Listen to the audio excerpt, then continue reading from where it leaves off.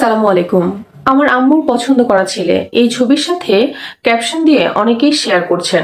গত এক সপ্তাহ ধরে এই ছবিটা ভীষণ পরিমাণে ভাইরাল।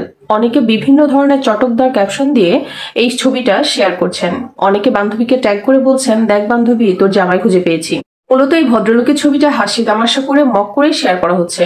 দেখলাম অনেক উচ্চ শিক্ষিত মানুষরাও এই ছবিটা শেয়ার করছেন। আচ্ছা বলুন তো, এই ছবিটি দেখে হাসার কি রয়েছে?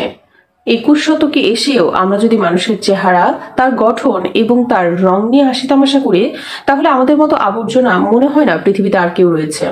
নিজে একটি বার চোখ বন্ধ করে ভাবুন তো, এই ছবিটির মানুষের জায়গায় যদি আপনার বাবা হতো, আপনার বাবাকে নিয়ে যদি সবাই হাসি তামাশা করতো, তাহলে আপনার কেমন লাগতো? এই মানুষটিও তো কারো বাবা, কারো স্বামী, কারো রাজপুত্র।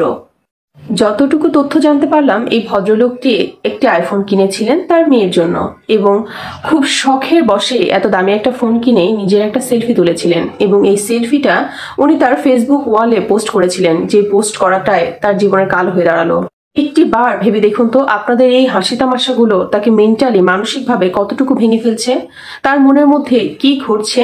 কারণ আপনারা সবাই তার চেহারা নিয়ে মন্তব্য করছেন, তার শারীরিক গঠন নিয়ে মন্তব্য করছেন, হাসি তামাশা করছেন। শুধুমাত্র কি এই সো কল্ড পশ কিডদের মতো উনি পোজ দিতে পারেননি এই কারণে, কি চটকদার কোনো ক্যাপশন দিতে পারেননি এই কারণে?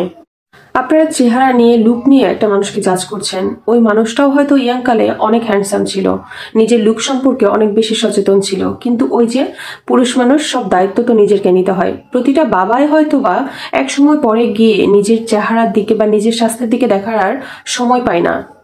নিজের পরিবারের এবং সন্তানদের সকল চাহিদা মিটিয়ে বাবাদের আর হ্যান্ডসাম থাকা হয় না।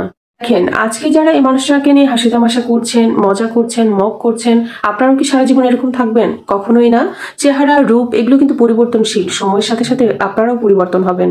সময়ের সাথে সাথে যখন আপনার বাহ্যিক সৌন্দর্যটা পরিবর্তন হয়ে যাবে, আপনার চেহারা দেখে, আপনার লুক দেখে যখন কেউ হাসি তামাশা করবে, তখন আপনার কেমন লাগবে? একটা বার চোখটা বন্ধ করে এই জিনিসটা একটিবার কল্পনা করে দেখুন তো। দেখেন, বাহ্যিক সৌন্দর্য কিন্তু চিরস্থায়ী নয়, তাই বাহ্যিক সৌন্দর্য নিয়েও কাউকে বিবেচনা করবেন না। তার কাজ এবং দায়িত্ব নিয়ে তাকে বিবেচনা করুন। অনেক বাহ্যিক সৌন্দর্যবান মানুষও কিন্তু ভীষণ পরিমাণে ভয়ঙ্কর হয়। আমরা কিছুদিন আগে যেরকম দেখলাম আদর নামের একটি মেয়ে ঘটনা, কি পরিমাণ ভয়ানক ছিল।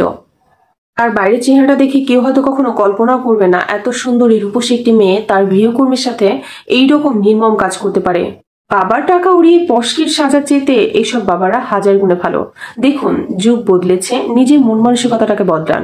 মানুষের বাহ্যিক চেহারা দিয়ে তাকে কখনোই জাজ করবেন না, তার দায়িত্ব এবং তার কাজ দিয়ে তাকে জাজ করুন। যে কোনো মানুষকে ছোট করা থেকে একদমই বিরত থাকুন।